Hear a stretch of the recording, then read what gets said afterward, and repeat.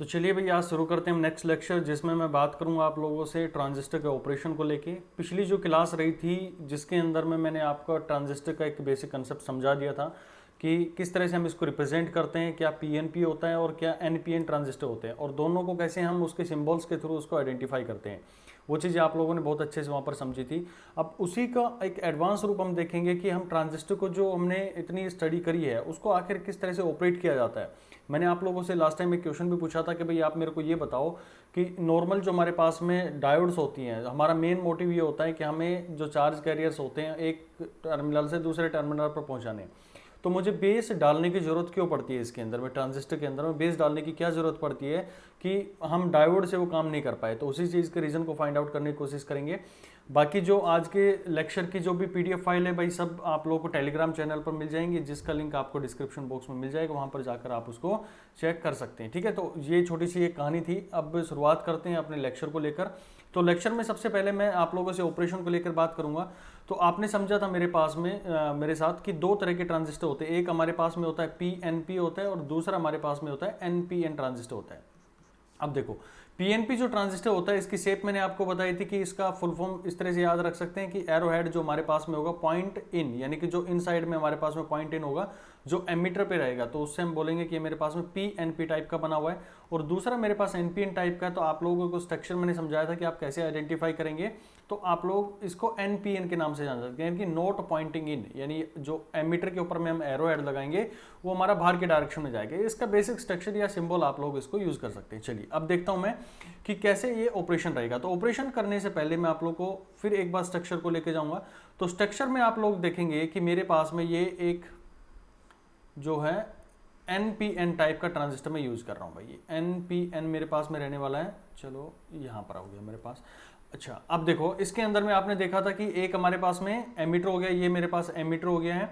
और किस तरह का लिया मैंने, एनपीएन टाइप का मैंने यहां पर लिया है। तो बीच में मेरे पास एक बहुत छोटा सा क्या बन जाएगा, ये यहां पर बेस जो स्ट्रक्चर बन जाएगा, यानी कि यहां पर बोल दिया कि ये मेरे पास में एमीटर हो गया, यहां पर बेस हो गया और ये मेरे पास में कलेक्टर हो गया। ठीक है, अब ध्यान से सुनना, जो चीजें एक एक बताता हुआ चल रहा हूं उनको ध्यान से सुनने की कोशिश करना कि एन के अंदर में जो मेजोरिटी चार्ज कैरियर्स होंगे वो क्या होते हैं भाई, मेरे पास में इलेक्ट्रॉन्स होंगे। इलेक्ट्रॉन्स को मैं बिल्कुल एक डॉट से रिप्रेजेंट कर रहा हूं जो आपको स्काई ब्लू कलर के अंदर में रिप्रेजेंट कर रहे होंगे। ठीक है ना, ये मेरे पास में एक इलेक्ट्रॉन है, मान लो मेरे पास 3 3 6 और एक 7 इलेक्ट्रॉन और एक और, मैं 8 इलेक्ट्रॉन इसके अंदर में रख लिया। ठीक है भाई, अब दूसरा मैं यहाँ पर जो होल रिप्रेजेंट कर रहा हूँ किसके अंदर में, बेस के अंदर में पी है मेरा, पी के अंदर में मैं होल रिप्रेजेंट कर रहा हूँ व्हाइट से। तो ये जो मैं सर्किल टाइप में बना रहा हूँ ये यहाँ पर होल रहेंगे। और बहुत मेजोरिटी, क्योंकि हमने समझा था कि जो एमिटर होता है बहुत हैवीली डोपिंग की जाती है, यानी कि इसके अंदर में मैंने बहुत ज़्यादा इलेक्ट्रॉन जो है भरे हुए हैं। और नॉर्मली ये सिलिकॉन के थ्रू हम इसको बना देते हैं, उसके अंदर हम इम्प्योरिटीज डालते हैं।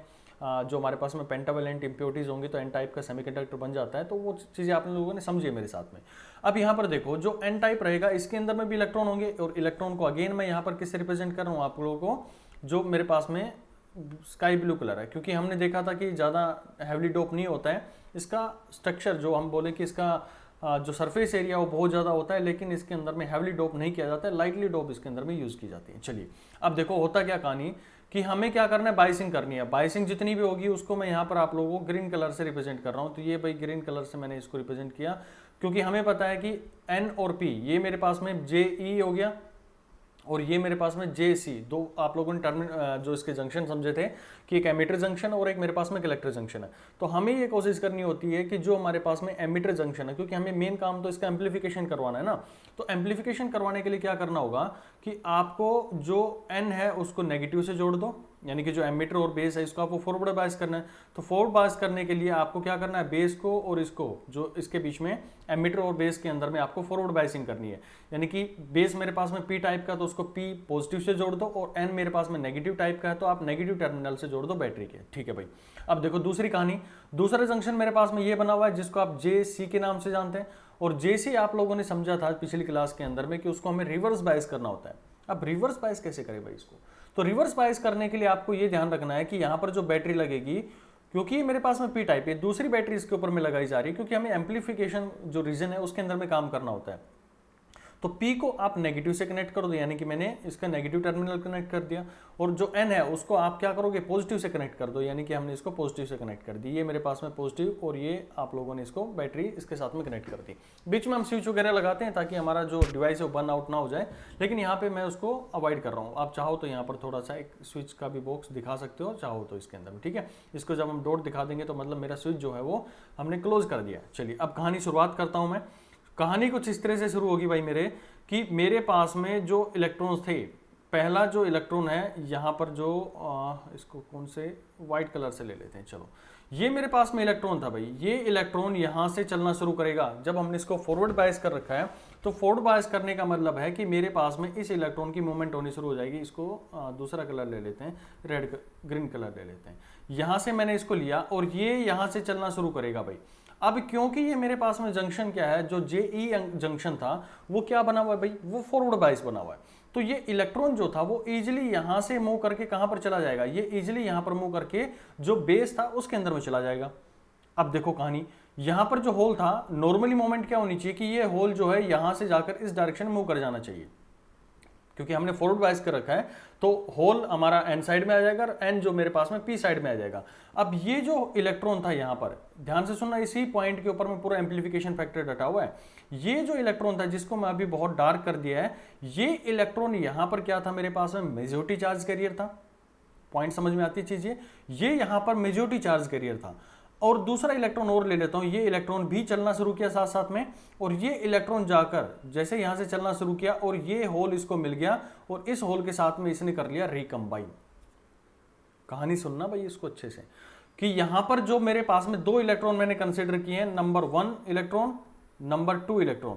पहला इलेक्ट्रॉन चलना शुरू किया, लेट अस सपोज मेरे पास में टोटल 100 नंबर ऑफ इलेक्ट्रॉन्स थे कहां पर, एमीटर के अंदर में, जो कि यहां से मूव कर सकते थे, यहां से मूव कर सकते थे 100 इलेक्ट्रॉन्स। अब इसके अंदर में एक इलेक्ट्रॉन तो यहां चला बेस के अंदर में, और दूसरा इलेक्ट्रॉन जो चला वो यहां पर इस होल के साथ में रिकंबाइन हो गया। अब रिकंबाइन होने से क्या हुआ इसके साथ, यहां पर ये कहानी होती है कि ये यहां पर एक करंट के रूप में फ्लो होना शुरू हो जाता है, और ये रिकंबाइन होने के बाद में कहां से मूव कर जाता है ये करंट, ये हमारा करंट जो है वो बेस के थ्रू मूव कर जाता है। कहानी समझाऊंगा इसको मैं, अगर समझ में नहीं आ रही है तो आगे धीरे धीरे चीजें चलेंगी और समझ में आएंगी चीजें। अब ये जो दूसरा इलेक्ट्रॉन, इलेक्ट्रॉन नंबर 1 था, ये यहां पर as a majority charge carrier काम करता था, बिल्कुल आपको समझ में आई थी। और यहां पर ये क्या बन गया, यहां पर आने के बाद में एक्सेस माइनॉरिटी कैरियर बन गया। ये बी मेरे पास में क्या था, बी मेरे पास में होल रखने वाला था, क्योंकि हमने ये मान लिया था कि ये मेरे पास में पी टाइप है भाई। पी टाइप के अंदर में आने के बाद में जो मेरे पास में इलेक्ट्रॉन्स होंगे वो क्या बन जाते हैं भाई, यहां पर आने के बाद में ये बन जाएंगे एक्सेस माइनॉरिटी चार्ज कैरियर बन जाते हैं, एक्सेस माइनॉरिटी चार्ज कैरियर बन गए। चलो ये भी कहानी समझ आ गई होगी आपको। अब देखो, अब ट्विस्ट कहां पर आने वाला है। अब मैं करंट की बात करना चाहूंगा। करंट यहां पर हुआ क्या कि मेरे पास में जो करंट यहां चलना शुरू किया, 100 इलेक्ट्रॉन यहां पर मूव करना चाह रहे थे, तो 100 इलेक्ट्रॉन इसके अंदर में एंटर किए। यहां पर टोटल क्या हुआ कि यहां 5 जो थे, मान लो उसके अंदर में 5 इलेक्ट्रॉन थे, वो यहां पर जो होल्स थे उनके साथ में रिकंबाइन हो गए।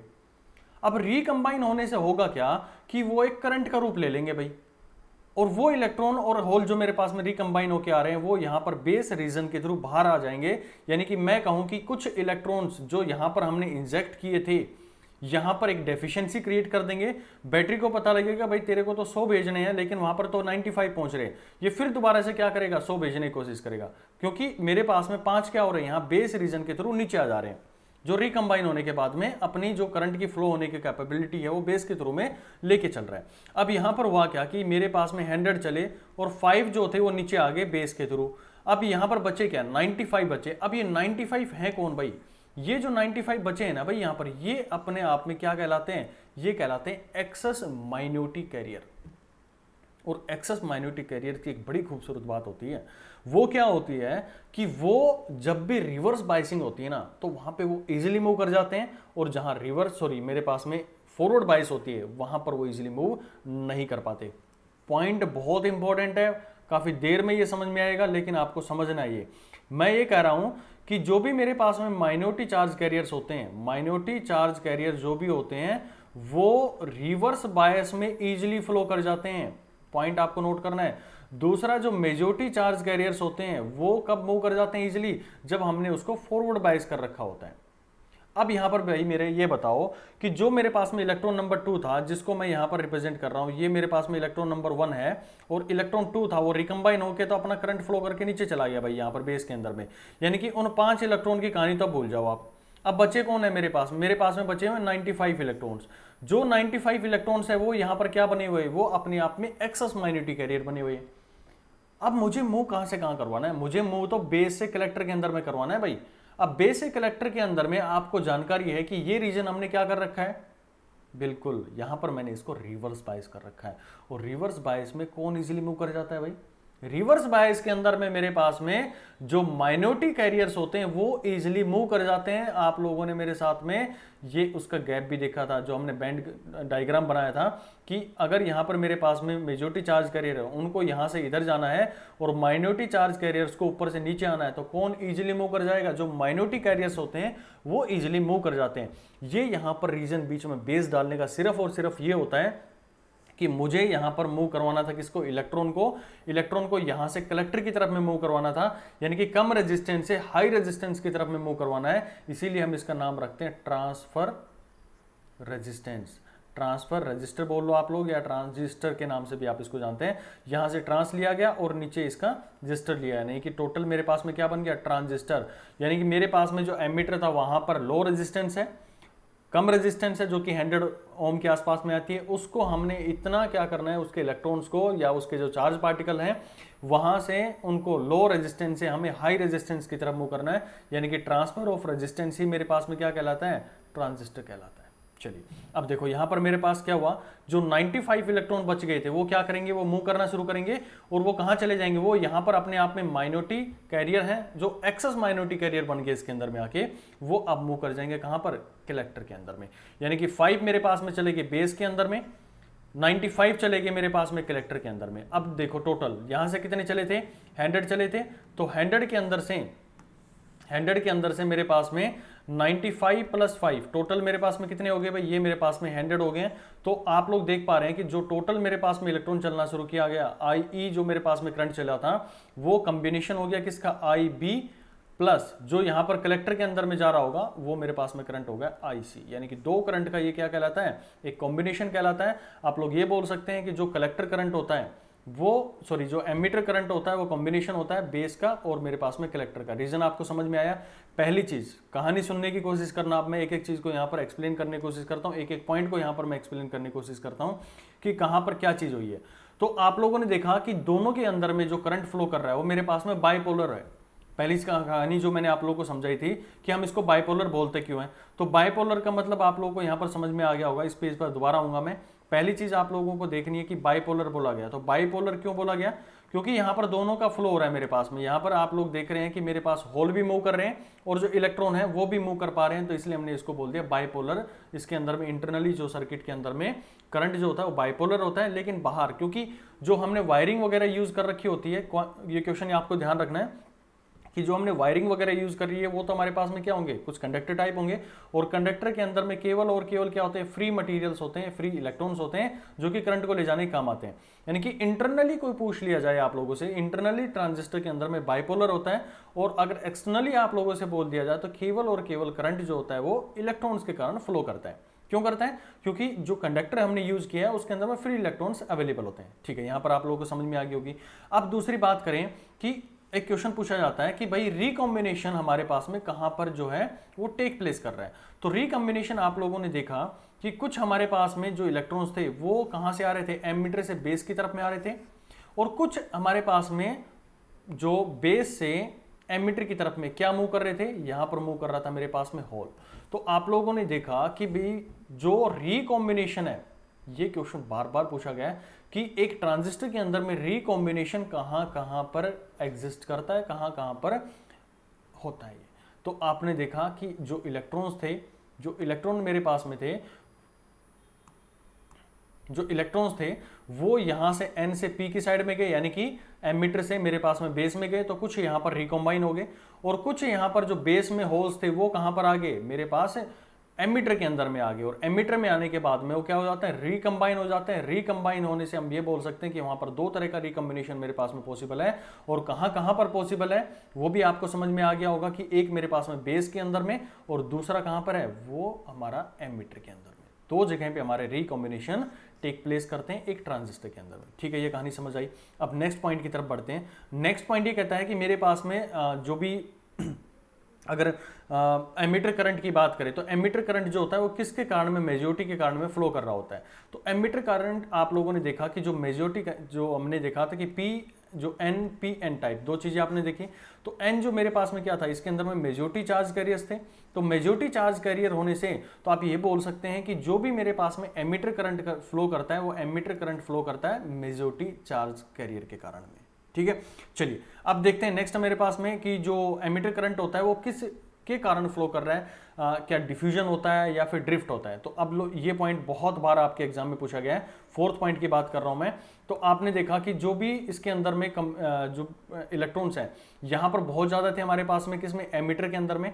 तो एमिटर में उनकी कंसंट्रेशन बहुत ज्यादा है, और एमिटर में कंसंट्रेशन होने के कारण में आपने समझा था कि जब भी कहीं पर कंसंट्रेशन का गैप बनता है तो कंसंट्रेशन होने के वजह से वहां पर क्या हो जाता है, वहां पर मेरे पास में एक डिफ्यूजन ग्रेडियंट आ जाता है, यानी कि higher concentration to lower concentration मेरे पास में चार्ज पार्टिकल्स का मूव होना क्या कहलाता है, डिफ्यूजन कहलाता है। तो अब हमारे पास में आप खुद बताओ कि ट्रांजिस्टर के केस में क्या हुआ है, हायर रीजन से यानी कि एमिटर के अंदर में बहुत ज्यादा इलेक्ट्रॉन्स थे, वो मूव कर गए मेरे पास में बेस की तरफ में, जहां पर हमने माइनॉरिटी कैरियर जिसकी डोपिंग हमने बहुत कम रखी हुई थी। यानी आप बोल सकते हैं कि वहां पर हमारे पास में जो करंट फ्लो किया गया है, एमिटर करंट का जो फ्लो हुआ है वो किसके कारण में हुआ है, that will be due to diffusion. किसके कारण हुआ भाई, ये डिफ्यूजन के कारण में। तो जो करंट फ्लो होता है वो हमारे पास में एमिटर जो करंट है वो डिफ्यूजन के कारण में यहाँ पर पॉसिबल होता है। ठीक है, नेक्स्ट हम देख लेते हैं इसके अंदर में कि जो मेरे पास में बेस करंट होता है। बेस करंट आप लोगों ने देखा कि बेस करंट के ऊपर में क्वेश्चन पूछे जाते हैं कि बेस करंट किसके कारण में हुआ है। तो बेस करंट यहाँ पे आपने देखा कि जो ट्रांजिस्टर था यहाँ पर कुछ मेरे पास में रिकंबाइन हो गए, रिकंबाइन होने के बाद में वो कहाँ चले जाते हैं, वो मेरे पास में बेस के अंदर में चले जाते हैं, एक बेस करंट बना लेते हैं। यानी कि जो 100 थे 100 में से 5 वहां पर रिकंबाइन हुए और बेस के थ्रू, बेस टर्मिनल के थ्रू मूव करते हुए वहां पर करंट का रूप ले लेते हैं, और वो मेरे पास में बेस करंट कहलाता है। अब बेस करंट किसके कारण फ्लो हुआ, तो बेस करंट यहाँ पर भाई मेरे रिकॉम्बिनेशन के कारण में फ्लो हुआ है। The base current will be due to the recombination of electrons in the base region। ठीक है, अब देखो जो हमारे पास में एक छोटा सा और भी चीज पूछ ली जाती है कि भाई ठीक है रिकॉम्बिनेशन तो हुआ है आप लोगों का, लेकिन अगर मैं इसको डिवाइड करना चाहूं कि डिफ्यूजन करंट हुआ है या ड्रिफ्ट करंट हुआ है, तो यहां पर भी ये मेरे पास में डिफ्यूजन करंट हुआ है। डिफ्यूजन क्योंकि मेरे पास जो कंसंट्रेशन रहेगी वो बेस के अंदर में जो यहाँ पर माइनॉरिटी चार्ज कैरियर्स थे जो बन जाएंगे, मेरे पास इलेक्ट्रॉन्स यहाँ पर बन जाते हैं, एक्सेस माइनॉरिटी चार्ज कैरियर बन जाते हैं। तो यहाँ पर जो रिकॉम्बिनेशन करंट फ्लो करता है, या फिर आप ये बोल दो कि बेस करंट जो फ्लो कर रहा है वो भी किसके कारण फ्लो करता है, वो भी डिफ्यूजन के कारण फ्लो कर रहा है। नो डाउट रिकॉम्बिनेशन करंट तो होगा, वहां पे रिकॉम्बिनेशन भी होगा। रिकॉम्बिनेशन किसके कारण हो रहा है, वहां पर डिफ्यूजन के कारण में हो रहा है। तो आप ये भी बोल सकते हैं the base current is also due to the diffusion. ठीक है, तो ये आप लोगों को समझ में आनी चाहिए चीजें। तो यहां पर हमने देख लिया कि जो बेस करंट हमने समझ लिया कि बेस करंट हमारे पास में एक रिकॉम्बिनेशन के कारण होता है, लेकिन वो भी एग्जिस्ट करता है बिकॉज ऑफ द डिफ्यूजन। और जो एमिटर करंट है वो भी हमने देखा कि वो भी डिफ्यूजन के कारण में यहाँ पर एग्जिस्ट कर रहा है। चलिए अब तीसरी कहानी यहाँ पर देखते हैं, और तीसरी कहानी बड़ी खूबसूरत निकल के आएगी, जो कि आपने देखा कि जो एमिटर केस, जो मैंने कलेक्टर करंट को देखे, तो कलेक्टर करंट जो है वो कैसे फ्लो कर रहा है भाई, आप लोग खुद बताओ मेरे को। कि जब आपने देखा कि मेरे पास जो करंट है वो फ्लो कर रहा है यहाँ पर, क्या हो गया देखिए, तो यहाँ पर आपने देखा कि मेरे पास में अगर मैं एमिटर ये कुछ जंक्शन बना दूं, ये मेरे पास में कलेक्टर हो गया, ये बेस हो गया, और यहाँ पर जो कलेक्टर यहाँ पर आप लोगों ने डिसाइड कर दिया। तो यहाँ पर मेरे पास में इलेक्ट्रॉन जो थे, यहाँ पर जो मेजॉरिटी चार्ज कैरियर हुआ करते थे, यहाँ पर वो हो गए, यहाँ पर एक्सेस माइनॉरिटी कैरियर हो गए। अब एक्सेस माइनॉरिटी कैरियर हो गए हैं, तो यहां से अब क्या होगा, यहां पर उनका जो ग्रेडियंट है अगर बात करें तो वो ग्रेडियंट बहुत ज्यादा हो गया, यानी कि एक्सेस अमाउंट में मेरे पास में इलेक्ट्रॉन जो थे वो यहां पर इकट्ठे हो गए, और यहां पर उनका क्या हो गया, डिफ्यूजन जो कांस्टेंट हो एक एग्जिस्ट करेगा, यानी कि एक कंसंट्रेशन लेवल जो है वो बहुत हाई हो गया है, और हाई होने की वजह से वो इलेक्ट्रॉन्स क्या करेंगे, ग्रेडियंटली यहां पर नीचे की साइड में मूव कर जाएंगे, यानी कि कलेक्टर के अंदर में मूव करना शुरू कर देंगे। तो आपने देखा इसके अंदर में कि चाहे मेरे पास में एमिटर करंट रहा हो चाहे मेरे पास में बेस करंट रहा हो जो यहां से फ्लो करके जाएगा, चाहे मेरे पास में कलेक्टर करंट रहा हो। कलेक्टर करंट देखिए, इसकी छोटी विड्थ रखने का रीजन क्या था, क्योंकि हमें ट्रांजिएंट टाइम बहुत कम रखना है। तो हमारा मेन मोटिव ये होता है कि भाई इलेक्ट्रॉन यहां से चला, कुछ देर के लिए यहाँ पर रुका, मतलब रुका भी नहीं, उसको बस कुछ एक के साथ में रिकम्बाइन किया और तुरंत यहाँ पर फ्लो कर गया। अब वो फ्लो किस वजह से कर रहा है, क्योंकि डिफ्यूजन के कारण में एक डिफ्यूजन ग्रेडियंट यहाँ पर आ जाता है, डिफ्यूजन कांस्टेंट यहाँ पर डेवलप हो जाता है। तो जो कलेक्टर करंट बात कर लो, चाहे मेरे पास में एमिटर करंट बात कर लो, चाहे यहाँ पर बेस करंट बात कर लो, तीनों ही किसके कारण यहाँ पर एग्जिस्ट कर रहे हैं, ये डिफ्यूजन के कारण कर रहे हैं। ठीक है, तो ये कहानी आपको समझ में आई कि तीन मेरे पास में मेजर करंट है, कौन कौन से, आई जो एमिटर करंट होगा यानी कि इस करंट को बोलेंगे, दूसरा मेरे पास में बेस करंट होगा जिसको IB के नाम से जानेंगे, IB, और तीसरा मेरे पास में जो करंट है जिसको आप IC के नाम से जानेंगे यानी कि कलेक्टर करंट के नाम से जानेंगे। तीनों ही करंट किसके कारण यहां पर फ्लो कर रहे हैं, वो डिफ्यूजन के कारण में फ्लो कर रहे हैं। अगर कोई स्पेसिफिकली आप लोगों से पूछ ले कि भाई बेस करंट बताओ वो किसके कारण में हो रहा है, तो ये करंट जो है वो रिकॉम्बिनेशन के कारण में हो रहा था। तो ये टर्म आप लोगों को ध्यान रखनी चाहिए कि क्या मेरे पास में रिकॉम्बिनेशन होता है, क्या डिफ्यूजन होता है। अब देखो, क्या करंट यहीं पर खत्म हो गया, जी नहीं, अभी करंट का और ट्विस्ट आने वाला है। अब वो समझाता हूं मैं आपको इस स्लाइड के अंदर में। चलिए इसी को भी मैं खत्म कर रहा हूं, चलिए यहीं पर कर देते हैं।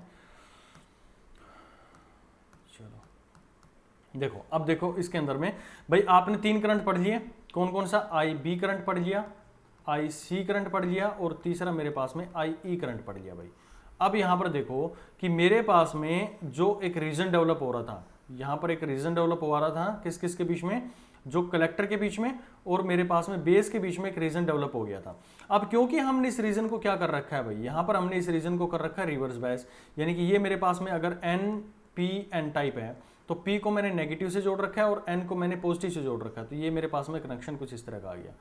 अब क्योंकि रिवर्स बायस यहां पे हो रहा है, तो यहां पर मेरे को बताओ कि मेजॉरिटी चार्ज कैरियर कौन है, यहां पर होल है मेरे पास मेजॉरिटी चार्ज कैरियर, और माइनॉरिटी चार्ज कैरियर कौन है, यहां पर माइनॉरिटी चार्ज कैरियर है मेरे पास में इलेक्ट्रॉन्स, जिसको मैं डॉट से रिप्रेजेंट कर रहा हूं। उसी तरह से यहां पर आप बताओ कि इसके अंदर में N के अंदर में मेजॉरिटी चार्ज कैरियर है मेरे पास में इलेक्ट्रॉन्स, और जो माइनॉरिटी चार्ज कैरियर है वो यहां पर काम कर रहे हैं होल्स, तो ये मेरे पास में होल हो गया। अब क्योंकि हमें जानकारी ये भी है कि जो माइनॉरिटी कैरियर होते हैं, जो हमारे पास में जब हमने उसको रिवर्स बायस किया था, अभी मैं इस सेक्शन की बात नहीं कर रहा हूं जिसको एमिटर को मैंने फॉरवर्ड बायस कर रखा है, मैं केवल और केवल इस जंक्शन के लिए बात कर रहा हूं, जब मैंने इसको एमिटर को अभी ऑन नहीं किया है। तो यहां पर ऑटोमेटिकली जब हम इसको रिवर्स बायस करते हैं तो आपने देखा था कि रिवर्स सैचुरेशन करंट वहां पर फ्लो कर रहा है। अब यहां से ये इलेक्ट्रॉन जो है ये रिवर्स बायस्ड है, तो यहां से रिवर्स बायस के थ्रू ये इलेक्ट्रॉन यहां से इस डायरेक्शन में मूव करेगा, और ये जो इलेक्ट्रॉन होल है ये रिवर्स बायस होने की वजह से अपना इस डायरेक्शन में मूव कर जाएगा, यानी कि N से P की डायरेक्शन में मूव कर जाएगा। अब ये फ्लो क्या कर रही है, माइनॉरिटी चार्ज कैरियर फ्लो कर रहे हैं, और माइनॉरिटी चार्ज कैरियर जब फ्लो करते हैं तो वहां पे एक सैचुरेशन करंट आता है जिसको हम लीकेज करंट के नाम से जानते हैं, क्योंकि यहां पर जो करंट फ्लो किया है वो IC कलेक्टर की तरफ में गया, किसके कारण में, जो मेरे पास में यहां पर इलेक्ट्रॉन्स थे, तो आप बोल सकते हैं IC0E, यानी कि जो मेरे पास में लीकेज करंट है वो ड्यू टू द इलेक्ट्रॉन, यानी कि जो माइनॉरिटी कैरियर है इलेक्ट्रॉन्स के। उसी तरह से ये जो करंट है ये होल के थ्रू भी यहां पर जब मूव कर रहे हैं, तो चार्ज पार्टिकल्स का जब मूव हो रहा है तो हम ये बोल सकते हैं वहां पर भी करंट फ्लो कर रहा है, क्योंकि करंट हमारे पास में होता क्या है भाई, Q/T तो होता है, यानी कि चार्ज पर यूनिट टाइम, वही तो चीज यहां पर आप लोगों को बता रहे हैं। तो अब ये करंट किसके कारण फ्लो किया है, ये करंट फ्लो किया है भाई मेरे पास में होल्स के कारण में, तो आप इसको बोलेंगे IC0 because of the P, यानी कि जो मेरे पास में होल्स है। तो आपने देखा कि जो यहां से कॉमन करंट अगर मैं बात करूं तो जो हमारे पास में कन्वेंशनल करंट है वो हम किसकी डायरेक्शन में देते हैं, जो हमारे पास इलेक्ट्रॉन की डायरेक्शन है उसका अपोजिट होता है, या फिर हम बोले कि जो होल है उसकी डायरेक्शन में। तो ये करंट मेरा इस डायरेक्शन में जा रहा है किसके वजह से, जो होल्स थे उनकी वजह से, यानी कि मैं बोल दूं IC0P, और इलेक्ट्रॉन जो है वो यहां से P से N की डायरेक्शन में जा रहे हैं, तो करंट इनका क्या होता है, अपोजिट डायरेक्शन में होता है, तो आप बोलेंगे कि करंट जो मेरे पास में इस डायरेक्शन में जा रहा है। यानी आप ये कह सकते हैं कि टोटल जो करंट मेरे पास में एक ही डायरेक्शन में मूव कर रहा है, जिसको आप जानते हैं IC0 के नाम से। तो टोटल लीकेज करंट एक ट्रांजिस्टर के अंदर में दो चीजों के कारण में हो रहा है, माइनॉरिटी कैरियर होल के कारण और माइनॉरिटी कैरियर इलेक्ट्रॉन्स के कारण में। तो दोनों ही केस के अंदर में हमारे पास में जो करंट आने वाला है, यानी कि टोटल करंट में बात करूं तो IC0 जो कि लीकेज करंट रहेगा, टोटल लीकेज करंट आप उसको बोल सकते हैं IC0 because of the P plus IC0 because of the N। ये दोनों चीजों के कारण में यहां पर आप लोग देखेंगे तो ये करंट आप लोग आईसी नोट के नाम से रिप्रेजेंट करेंगे। चलिए, ये कहानी थी आप लोगों को यहाँ तक समझाने की कि भाई क्या मेरे पास में लीकेज करंट होता है, कहाँ से आता है। अब मैं इसको फॉरवर्ड बायस कर देता हूँ और यहाँ पर आप जोड़ने के बाद में क्या कहानियाँ डेवलप होनी शुरू होती हैं उसको अब देख लेते हैं।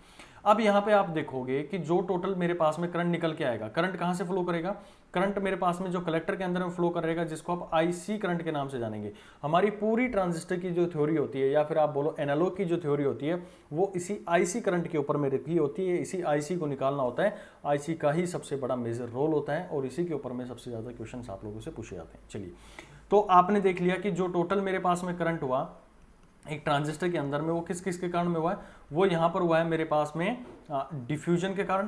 पहला करंट तो डिफ्यूजन हो गया, दूसरा करंट यहाँ पर हुआ है ड्रिफ्ट, और तीसरा जो करंट यहाँ पर आप लोगों ने देखा वो मेरे पास में हो गया रिकॉम्बिनेशन करंट हो गया, रिकॉम्बिनेशन करंट हो गया। ओके, चलिए अब देखते हैं कि जो जर्नल इक्वेशन अगर एक ट्रांजिस्टर की आप लोगों से पूछ लिया जाए कि भाई करंट की एक जर्नल इक्वेशन आप लोग बता के दिखाओ, तो भाई यहाँ पर मैं दोबारा से एक ट्रांजिस्टर को रिप्रेजेंट कर देता हूँ। ये मेरे पास में ट्रांजिस्टर है जिसके अंदर में ये बेस रीजन हो गया, बेस रीजन, एमिटर रीजन और कलेक्टर रीजन, और यहाँ से जो करंट इसके अंदर फ्लो करेगा जिसको हम आई ई के नाम से जानेंगे। बेस से जो बाहर करंट आ रहा होगा जिसको मैं जो ई आई बी से रिप्रेजेंट कर देता हूं, और यहां पर मेरे पास में जो करंट आएगा इसको हम आई सी से रिप्रेजेंट करेंगे, जो हमारे पास में कलेक्टर करंट होगा। अब ये जो कलेक्टर करंट है ये हम रिप्रेजेंट कर सकते हैं I C, that will be equal to I C naught. ये आई सी नोट क्या है आप समझ चुके होंगे कि यहां पर जो करंट फ्लो कर रहा है वो एक करंट ये भी तो फ्लो कर रहा होगा जो कि उसके रिवर्स सैचुरेशन जो लीकेज करंट है उसके थ्रू फ्लो कर रहा होगा। अब दूसरी कहानी आप लोग देखो कि भाई हमने देखा था कि टोटल मेरे पास में अगर यहां पर 100 इलेक्ट्रॉन जा रहे थे तो 5 यहां पर बेस के अंदर में निकल के दोबारा से यहां पर चले गए, और जो 95 थे वो यहां पर क्रॉस कर गए। तो यहां पर जो 95 क्रॉस करके गए ना, उसको हम एक फैक्टर दे देते हैं जिसको बोला जाता है अल्फा के नाम से जाना जाता है। ठीक है, जो एम्प्लीफिकेशन फैक्टर के नाम से भी आप इसको जानेंगे। तो ये मेरे पास में क्या हुआ, अल्फा जो है यहां पर आप लोग देखेंगे कि टोटल आईई, यानी कि आप लोगों ने देखा कि 100 इलेक्ट्रॉन थे और 100 का मेरे पास में कितना आ गया, यहां पर आपने देखा कि 95 आया। तो अल्फा की वैल्यू मैं कितनी रखूं कि ये 95 बन जाए, तो आपने देखा कि भाई 0.95 आप रख दो तो मेरे पास में क्या आ जाएगा, ये 95 आ जाएगा। तो यही अल्फा मेरे पास में क्या है, ये इसका हमारे पास में एम्प्लीफिकेशन फैक्टर के नाम से जानेंगे। तो अल्फा की वैल्यू जो मेरे पास में है वो 95 से, टिपिकल वैल्यू अगर मैं दूं तो 95 से 96 तक रहती है। तो एक करंट तो भाई इसका सैचुरेशन के कारण में हो रहा था, जो इसका लीकेज करंट थे उनके थ्रू फ्लो हो रहा था ये, और दूसरा करंट जो यहाँ पर आ रहा है वो आई का कुछ वैल्यू जो कि 100 में से चले थे, 100 में से 5 हमारे बेस में चले गए और 95 हमारे पास में यहाँ पर आ गए, उनके कारण में आ रहा है। तो आप ये बोल सकते हैं कि आई करंट तो भाई मेरे पास में पूरा नहीं आया, लेकिन कुछ हिस्सा उसका मेरे पास में है जिसको हमने जाना था अल्फा के नाम से। तो ये एक मेरे पास में करंट इक्वेशन बन जाती है, very very important for your competitive exam. ये मेरे पास में जो कलेक्टर की करंट की इक्वेशन आप लोगों से पूछ ली जाती है, तो यहाँ पर आप लोगों के सबसे ज़्यादा न्यूमेरिकल्स बनेंगे जब हम एनालॉग को एनालिसिस करेंगे। एनालॉग के अंदर में एसी एनालिसिस, डीसी एनालिसिस करेंगे, तो ये इक्वेशन बार बार मैं वहाँ पर यूज़ करने वाला हूँ। और अल्फा की वैल्यू आप लोगों को ध्यान रखनी है कि अल्फा जो मेरे पास में 0.95 से ये लाई करता है 0.96, और परसेंटेज में अगर आप लोगों से पूछ लिया जाता है तो ये 95% से 96% के बीच में ये इसकी वैल्यू क्या करती है, लाई करती है। ओके, और नॉर्मली हम देखेंगे कि जब ये करंट, अगर हम एकदम आइडियल कंडीशन इसके अंदर में बात कर लेंगे, तो आइडियल कंडीशन के अंदर में आईसी जो करंट है वो लगभग लगभग मेरे पास में आईई जो करंट है उसी के इक्वल हमारा रहता है। अब किसी के दिमाग में आना चाहिए जी 95 तो यहाँ पर चले गए, तो 95 ही जा रहे हैं मेरे पास में, तो 5 जाने चाहिए, जो 5 चले गए उनका क्या, आपने तो एम्प्लीफिकेशन के लिए बोला था। बिल्कुल भाई, मैंने एम्प्लीफिकेशन के लिए आप लोगों को बोला था, लेकिन अगर मैं यहाँ पर ये डेवलप नहीं करता तो मुझे क्या फ्लो करना था, यहाँ पर मुझे फ्लो करवाना था इलेक्ट्रॉन को यहाँ से इस डायरेक्शन में और यहाँ से इस डायरेक्शन में करवाना था। अगर मैं खाली यहाँ पर डायोड यूज कर लेता तो खाली डायोड यूज करने से मेरे पास में क्या होता, ये यहाँ पर अगले स्टेज के अंदर में, क्योंकि वायर जो था मेरे पास में, जो कंडक्टर हमने यूज किया है उसके अंदर में डायरेक्टली मूव नहीं कर पाते, क्योंकि वहां पर जो हमारे पास में कंसंट्रेटर जो ग्रेडियंट था वो अवेलेबल नहीं हुआ था। इसलिए हमने बेस का यूज किया है। बेस में क्या करते हैं, कुछ इलेक्ट्रॉन आएंगे तुरंत यहाँ पर कुछ रिकम्बाइन हो जाएंगे, रिकम्बाइन होने के बाद में यहाँ पर चले जाएंगे, और यहाँ पर हमें क्या करना पड़ेगा, कम वोल्टेज लगाना पड़ेगा, क्योंकि हमने उसको रिवर्स बायस्ड कर रखा है, जिसके कारण में जो एक्सेस माइनॉरिटी कैरियर यहाँ पर बेस में बन गए वो इजिली यहाँ पर मूव कर जाते हैं। बेस को रिवर्स बायस करने का, बेस और कलेक्टर जंक्शन को रिवर्स बायस करने का केवल और केवल मतलब ये है कि जो 95 इलेक्ट्रॉन या 95 मेजॉरिटी चार्ज कैरियर्स थे सॉरी जो एक्सेस माइनॉरिटी कैरियर चार्ज यहाँ पर बन गए हैं वो इजीली मूव कर जाएं किसके अंदर में, कलेक्टर जंक्शन के अंदर में, क्योंकि यहाँ पर वो एक्सेस माइनॉरिटी कैरियर के रूप में काम करेंगे। और एक्सेस माइनॉरिटी कैरियर को अगर हमने रिवर्स बायस कर रखा है तो इजीली वो हमारे पास में जो एनर्जी बैंड डायग्राम देखा था उसमें यहाँ से इजीली जो है वो जंप करके मतलब स्लोप के थ्रू नीचे की साइड में इजीली आ सकते हैं, इसीलिए इसको रिवर्स बायस किया जाता है। और कोई रीजन इसके अंदर में नहीं होता है हमारे पास में बेस को छोटा रखने का या फिर उसको रिवर्स बायस करने का। चलिए अब देख लिया आप लोगों ने कि मेजॉरिटी कैरियर जो होते हैं वो मेरे पास में डिफ्यूजन करंट होता है। जितना भी अगर आप लोगों से एक थंब रूल में आप लोगों को दूं कि जितना भी मेरे पास में एक ट्रांजिस्टर के अंदर में मेजॉरिटी जितना भी करंट होता है मेजॉरिटी चार्ज कैरियर के कारण में वो केवल और केवल होता है डिफ्यूजन के कारण में। आपने देख लिया था आई करंट भी देखा, IC करंट भी देखा, IB करंट भी देखा। और जितना भी मेरे पास में माइनॉरिटी चार्ज कैरियर्स होते हैं वो कौन से करंट को फ्लो करवाते हैं, वो मेरे पास में ड्रिफ्ट करंट को फ्लो करवाते हैं। तो यहाँ पर आप लोगों को ड्रिफ्ट करंट याद रखना है माइनॉरिटी चार्ज कैरियर के कारण, और जितना भी डिफ्यूजन करंट होता है वो मेजॉरिटी चार्ज कैरियर के कारण यहाँ पर फ्लो करता है करंट। और जो हमारे पास में तीसरा माइनॉरिटी चार्ज कैरियर का आप लोगों ने देखा भी था कि जो हमारे पास में करंट है वो टेम्परेचर के साथ में इंक्रीज होता है। हर 10 डिग्री के जो हमारे पास में चेंज होता है तो करंट जो होता है हमारे पास रिवर्स सैचुरेशन करंट है तो वो डबल हो जाता है। एक इक्वेशन मैंने आप लोगों को बताई थी कि जो भी रिवर्स सैचुरेशन करंट है तो किसी भी टेम्परेचर के ऊपर में, क्योंकि यहाँ पे मैं कलेक्टर की बात कर रहा हूँ तो IC नोट लिख दिया मैंने। IC नोट जो पहले टेम्परेचर पर था T1, इक्वेशन याद है बोल के भैया आप लोग, T2 minus T1 divided by 10, ये मेरे पास में जो इक्वेशन होती है इसके थ्रू हम करंट को निकाल सकते हैं। तो रिवर्स सैचुरेशन करंट आप लोग यहाँ से निकाल सकते हैं। ठीक है, चलिए अब मैं बात कर लेता हूँ कुछ फैक्टर्स को लेके कि जो अल्फा बीटा गामा जो मैंने यहाँ पर आप लोग को डिफाइन करे हैं। एक इक्वेशन तो आपको याद रखनी कलेक्टर करंट की, IC that will be equal to alpha IE plus IC naught. ये IC नोट आप इसको नेग्लेक्ट भी कर सकते हैं। जब हम आइडियल केस की बात करेंगे तो नॉर्मल हमारे पास में जो इक्वेशन है IC अल्फा I को ही हम लेकर चलते हैं। जब तक ये इसकी IC नोट की वैल्यू गिवन नहीं हो हमारे एग्जाम के अंदर में हमें इसको यूज नहीं करना है। तो यहाँ पर जो पैरामीटर आप लोगों को निकाल के आएगा, जो एम्पलीफिकेशन पैरामीटर बोल दो या अल्फा पैरामीटर बोल दो, तो अल्फा पैरामीटर का ये वैल्यू बिल्कुल याद रख लेना, बार बार आप लोगों को यूज करना पड़ेगा। Alpha that will be equal to IC divided by IE, और इसके साथ में माइनस साइन लगा देते हैं इसके अंदर। ठीक है, तो ये आप लोगों को ध्यान रखना है कि alpha that will be equal to IC divided by IE होता है, लेकिन नॉर्मली हम इसका मैग्नीट्यूड से मतलब होता है, यानी कि परसेंटेज के अंदर में इसको डिफाइन करते हैं या पॉइंट्स के अंदर में डिफाइन करते हैं। तो अल्फा को हम ये भी लिख सकते हैं IC डिवाइडेड बाई IE, ये इसका मॉडुलस हम इसका यूज़ करते हैं। तो ये आप लोगों को ध्यान रखना है। जब हम BJT वगैरह के जब मॉडलिंग करेंगे तो मॉडलिंग के अंदर में मैं करंट की बात करूँगा तो ये जो करंट होगा, अगर मान लो मेरे पास में IE करंट है और ये मेरे पास IC करंट है, तो इसके अंदर में जब हम रिलेशन पुट करने की कोशिश करेंगे, मान लो मेरे पास में गिवन होगा IE करंट की वैल्यू मेरे को गिवन है और मुझे चाहिए IC की वैल्यू वहाँ पर रिक्वायरमेंट होगी, तो अल्फा की वैल्यू वहाँ पर आप लोगों को गिवन होगी क्वेश्चंस के अंदर में। तो अल्फा की वैल्यू उन्होंने बोल दिया कि 95 है, तो आप लोगों को सीधा करना है कि जो भी करंट की वैल्यू गिवन होगी, बहुत क्वेश्चन इसके ऊपर में करेंगे, तो 95 इंटू में IE कर देंगे तो आप लोगों के पास में क्या आ जाएगा, IC की वैल्यू निकल कर आ जाएगी। क्योंकि हमें जब इसका एनालिसिस करेंगे तो एक लूप लगाना पड़ेगा, और लूप कुछ इस तरह से लगेगा, यहाँ से हम नीचे की तरफ में चलेंगे तो इसके अंदर में एक IC करंट भी आएगा, IC RC की वैल्यू आएगी, प्लस में VC आएगी जब सैचुरेशन लेवल पर बात करेंगे, प्लस में IE आएगा। तो यहाँ पर ये IC को रिप्लेस करने के लिए यहाँ पर हम क्या कर देते हैं, alpha IE RE plus VCE plus में IE, ये इस तरह की इक्वेशन वहाँ पर पुट कर देते हैं।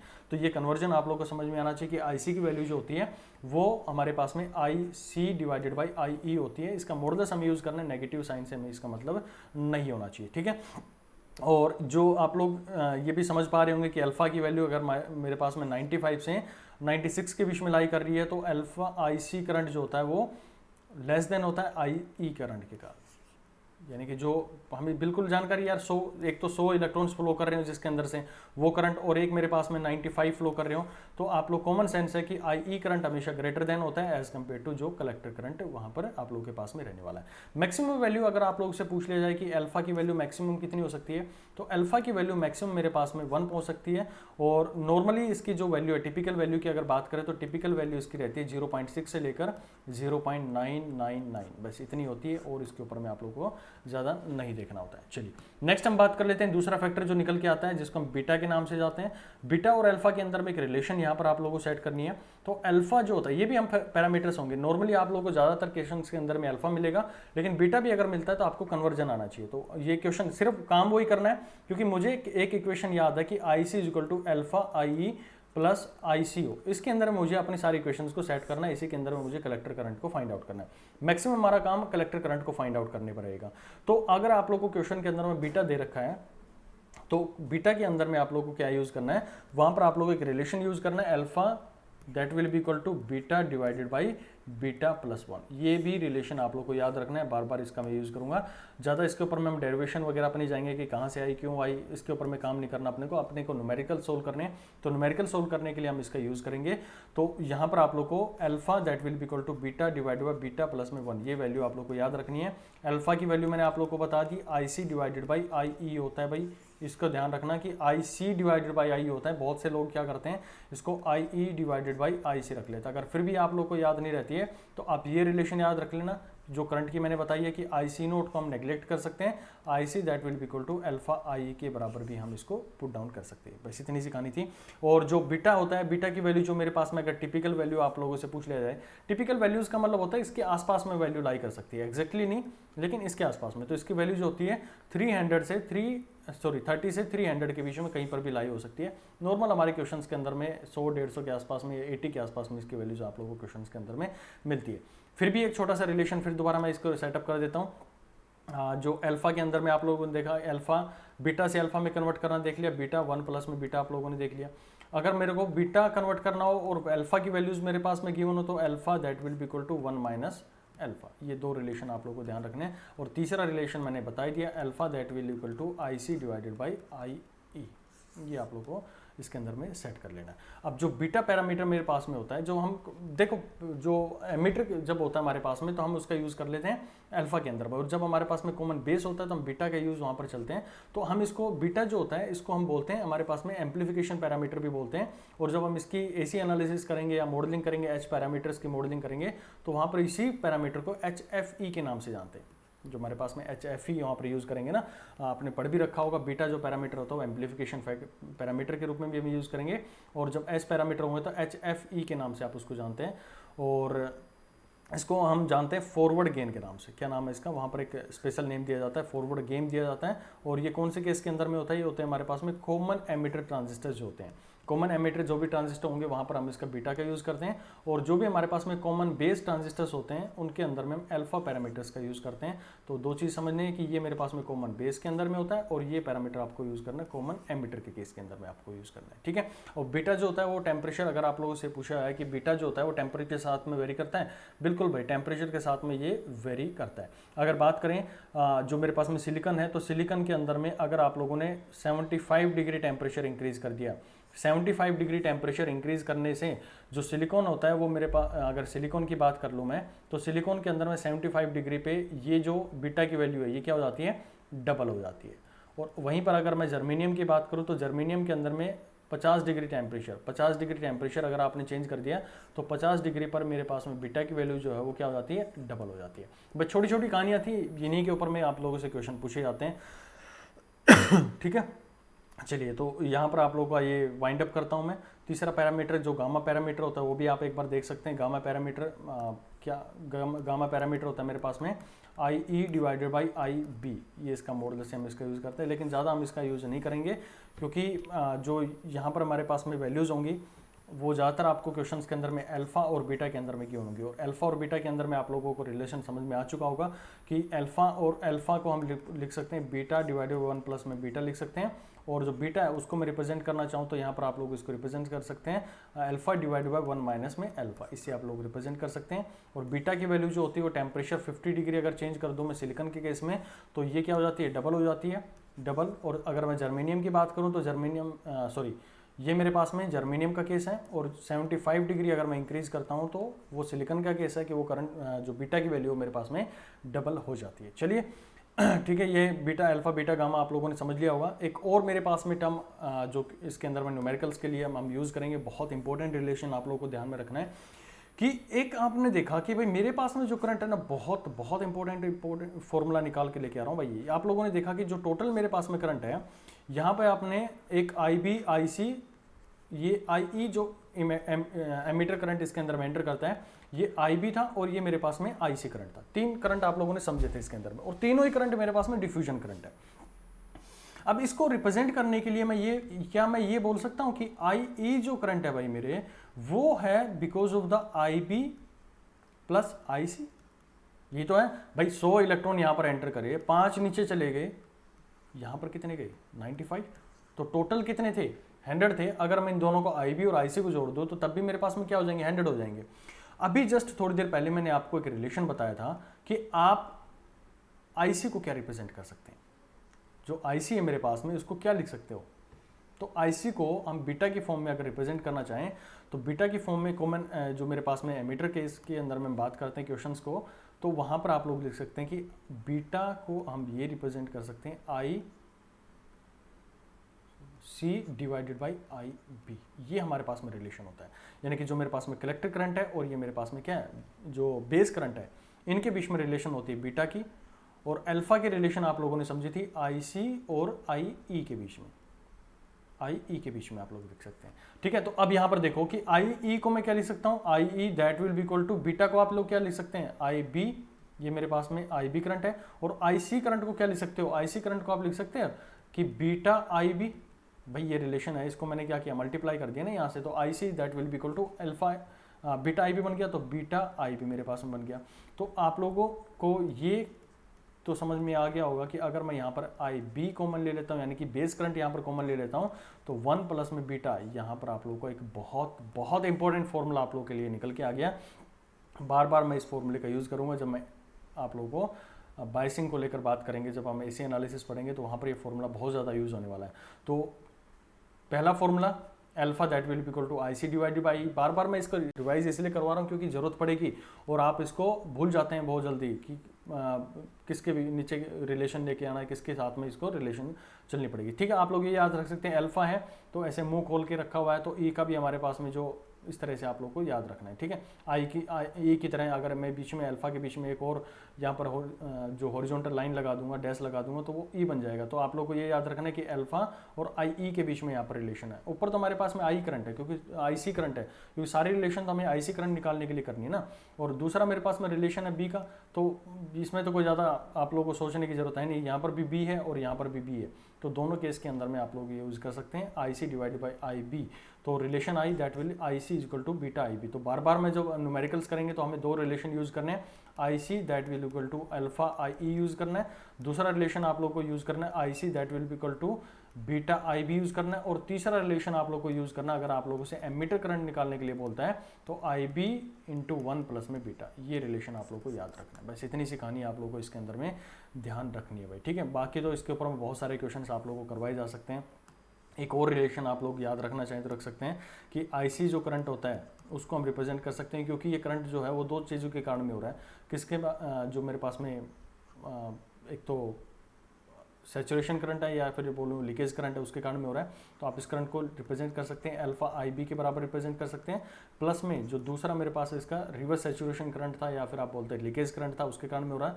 तो यहाँ पर आप लोग यूज़ करेंगे I C naught that will be equal to 1 plus beta. ये भी एक बहुत ही फेवरेट रिलेशनशिप होती है इनके बीच में, करंट्स के बीच में। तो ये करंट आप लोग, ये छोटी छोटी इक्वेशंस हैं, आप लोग को ध्यान में रखनी है। कब मेरे को ये वाली इक्वेशन यूज़ करनी है, कब यहाँ पर हमें आई सी प्लस में आई ई वाली इक्वेशन यूज़ करनी है। बस निकली सारी चीज़ें वहीं से, सारी चीज़ें निकल कर वहीं से आ रही है, बस उनको कैसे इंप्लीमेंट करना है उसको मैं न्यूमेरिकल्स जब करवाऊँगा आप लोग को, वहाँ पर आप लोग को समझाने की इसकी कोशिश करेंगे। ठीक है, तो यहाँ पर आप लोग का ये जो था ख़त्म होता है भाई, जितना भी मेरे पास में ट्रांजिस्टर को लेके था। नेक्स्ट जो क्लास रहेगी उसके अंदर मैं बात करूंगा इक्वेशन ऑफ एमीटर करंट को लेकर, और उसके ऊपर मैं न्यूमेरिकल्स कैसे पूछे जाते हैं उनके ऊपर बात करेंगे। और जो नेक्स्ट एक बहुत इंपॉर्टेंट टॉपिक उसमें मैं कवर करूंगा आप लोगों से, जिसको आप लोग जानेंगे base width modulation. Very very important topic, base width modulation. ये मानो कि आपके ट्रांजिस्टर का ये हार्ट है, इसी के थ्रू सारा काम होता है। अब क्या होती है बेस विड्थ मॉड्यूलेशन, जिसके ऊपर में बहुत सारे क्वेश्चंस आप लोगों से पूछे जाते हैं, पूछे भी गए हैं, तो वो भी मैं आप लोगों को समझाने की कोशिश करूंगा। उसके बाद में हम देखेंगे कि क्या इसके अंदर ब्रेक डाउन वोल्टेज निकल के आएंगी, कैसे इसके अंदर विड्थ की जो हमारे पास में डिप्लेशन विड्थ है उसका मॉड्यूलेशन होता है, और फिर मैं उसकी नेक्स्ट जो लेवल होगा थ्राइस्टर वगैरह एसीआर वगैरह उसके ऊपर हम बात करेंगे, और फिर इस चैप्टर को वहाँ पर वाइंड अप कर देंगे। ठीक है, तो मिलते फिर नेक्स्ट वीडियो के अंदर में। बाकी जितना भी आज पढ़ाया गया इसका PDF फाइल आप लोगों को टेलीग्राम चैनल पर मिल जाएगा, वहाँ पर जाकर आप उसको ज्वाइन कर सकते हैं। ठीक है, थैंक यू।